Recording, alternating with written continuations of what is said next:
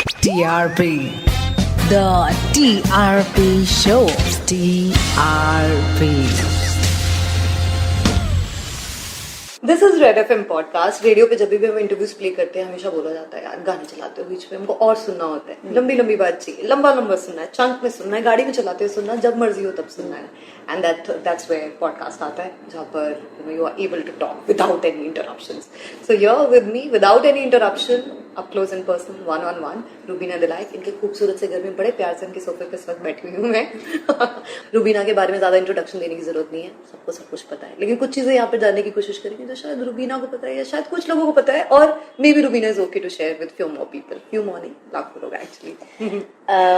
वैसे I am a fan of podcasts because I hear quite many content on podcasts, so I also like the idea of podcast. मेरे बारे में how people have judged and labeled me, yet it has not broken the faith within me कि नहीं यार I will still turn this around for me. So जब मैं नई आई थी इंडस्ट्री में 2008 में, so I remember screen test के दौरान one of the directors he said कि ऐसे क्रिएटिव के साथ एक नॉर्मल कॉन्वर्सेशन हुई थी कि इसको मेन लीड का कैसे वो किया, मैं भी साथ में बैठी थी, कैसे वो टेस्ट किया इसको मेन लीड के लिए, थोड़ी मोटी सी है, आई वाज चबी देन, और फेस बड़ा नेगेटिव सा लगता है. Then he turns around to me and then he says कि आपको ना नेगेटिव रोल्स के लिए ट्राई करना चाहिए, आपका ऐसा फेस नहीं है पॉजिटिव उसका. तो सबसे पहले तो समझ में नहीं आया एंटेगनिस्ट और प्रोटैगनिस्ट का फंडा क्या है. स्कूल से कॉलेज से आए हैं, नहीं इधर एंटेगनिस्ट प्रोटैगनिस्ट उसका मतलब लिटरल मीनिंग पता है, टेलीविजन में क्या किस संदर्भ में बोला जा रहा है वो तो पता ही नहीं है. एनी हाउ फिर जब बोला आपका फेस बड़ा हार्श है, I was like, अच्छा ऐसा that's also how people can think and put you to. I heard him. I said okay sir, and I went and I stepped out of that office. And within 2 weeks, signed the show as a main lead. Now the same director, after a year of my show getting successful, comes as a second unit director on my own show. And I'm like, how destiny plays the game. Life. So मैंने कहा sir, do you remember I had come for an audition in the production house जहाँ आपने मेरा audition लिया था, और आपने ये कहा था. Wow. He looks at me, he says, मैंने ऐसा आपके बारे में कहा. Wow. So Wow.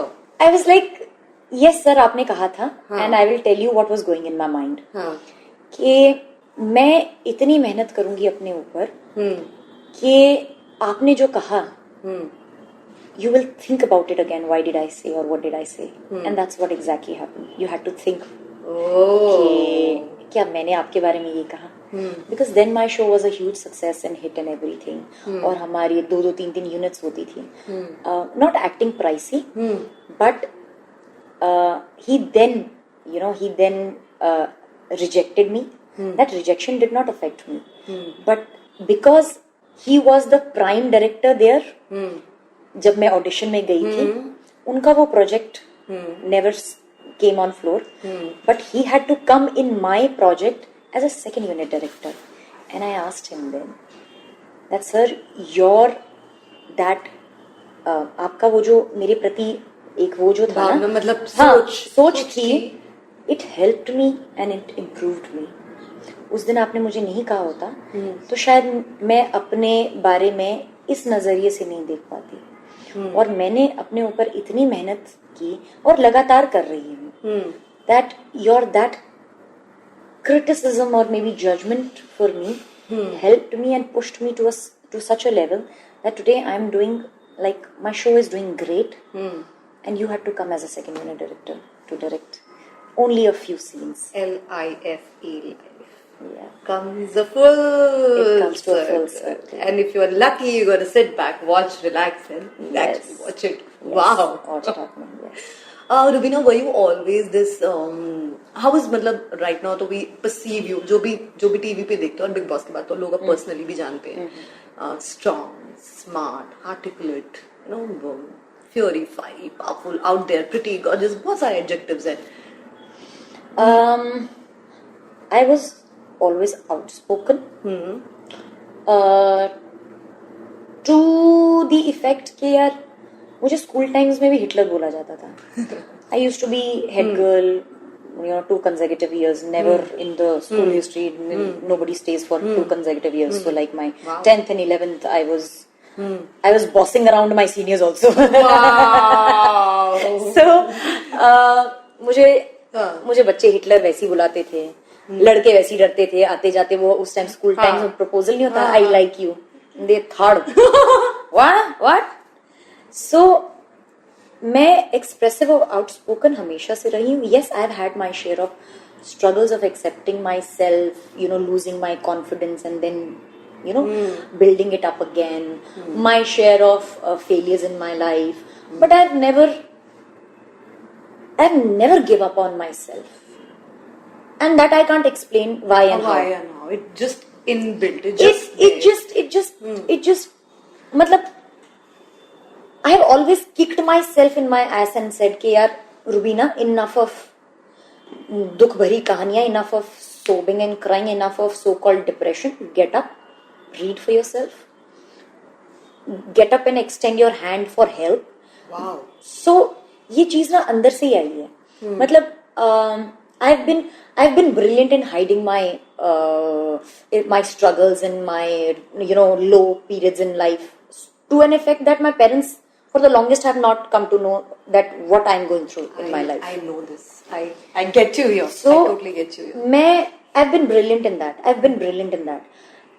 मैं किसी को अपनी लाइफ में ना झांक कर नहीं देखने देती हूँ until or unless I don't allow them in my life. And that has also been a reason कि जब मैं Bigg Boss में गई, I was conscious and aware.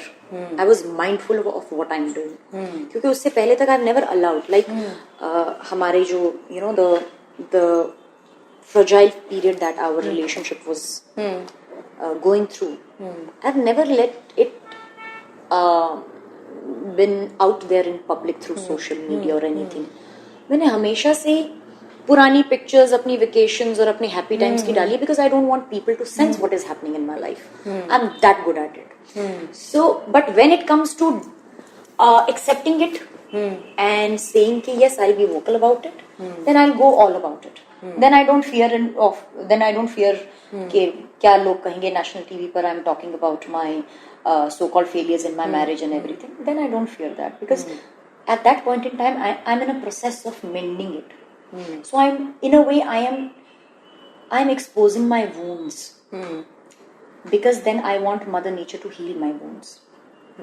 And then I will not be scared of लोग कहेंगे हाय कैसा गंदा जख्म है, कैसा वो है.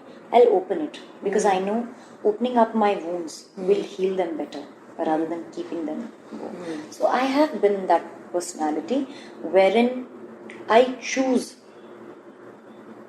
what I need to bring out in my life, and what I need to keep it to myself. What will help me heal faster, and how will it help me heal faster? I may totally risk that. I may totally be a complete failure in that, but I don't fear that. Wow. So, and being articulate, I think being an artist, it comes naturally to you. And I have always been aware of the fact that as an artist, how can I add to the value of my talent? Polishing skill. यार talent ना भगवान ने सबको दिया है. उसको polish करके उसे आप अपना skill कैसे बनाते हो, that is in your hand. So it's my craft. If I read more, as I said that I hear a lot of podcasts. The intention behind hearing the podcast is grabbing knowledge and wisdom from what people have to talk about their lives, or the books that I hear on audio notes and everything. So the intention is that to grow as an artist, to maybe hear from people's experience and their lives, how have they achieved things in life, and how can I inculcate their wisdom into me. So मुझे ऐसा लगता है कि as an artist it is very important to broaden your perspective and keep polishing your skill. So that polishing your skill and your craft, that includes all of it. being articulate, being expressive, being robust and nimble at the same time. So I've always been a student of life. I've always kept that learning spirit open. उसके लिए बेशक I will have to tell the others, explain me as if I'm a 4-year-old kid. I don't feel ashamed. I don't feel ashamed for हाथ फैलाना और बोलना कि यार सिखा दो.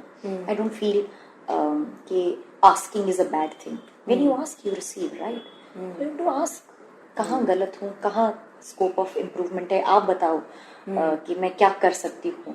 बिग बॉस नहीं कभी नहीं देखा था, but I made myself a learner. I said I will be a student here. नहीं समझ में आता है, I will raise my hand and I will ask question. फिर चाहे वो सलमान सर से क्यों ना हो, फिर चाहे लोग क्यों ना बोले कि तो बिग बॉस से इसने बगावत छेड़ ली है. क्योंकि till the time you don't revolt, how would you understand which path you're going? True. And for that you have to be a learner, you have to be a student, you have to break your inhibitions. कि मैं क्यों पूछूं, नहीं मैं चुप रहती हूँ, I should be all goody goody, मुझे नहीं बताना है, I want to just sit in ये वो. क्यों यार, मैं नहीं सीखूंगी, मैं शायद फिर लाइफ में वहीं की वहीं रह जाऊंगी. ये opportunity I will not be able to grasp things. हाँ, थपेड़े पड़ेंगे, लोगों के 4 बातें सुननी पड़ेगी, क्या फर्क पड़ता है, सीखने को तो मिलेगा ना. So that learning spirit has always been there with me. But कभी ऐसा realize हुआ कि because you ask too many questions and maybe TV industry में, correct me if I am wrong, बहुत सारी जितनी भी conversation हुई उससे कई बार ऐसा लगा जैसे यहाँ पे ज्यादा सवाल पूछना अलाउड नहीं है, क्योंकि रोज का काम है, रन ऑफ द मिल है, आप आओ स्क्रिप्ट पकड़ो, शूट करो, ये करो वो करो.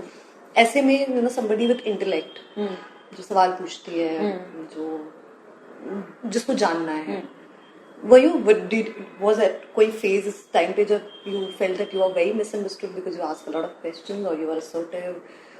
Does being misunderstood comes आ ही जाता है, हाँ, घूम घूम के आ ही जाता है, चाहे कोशिश रहे ना रहे, चाहे अपनी ही जर्नी पे हो.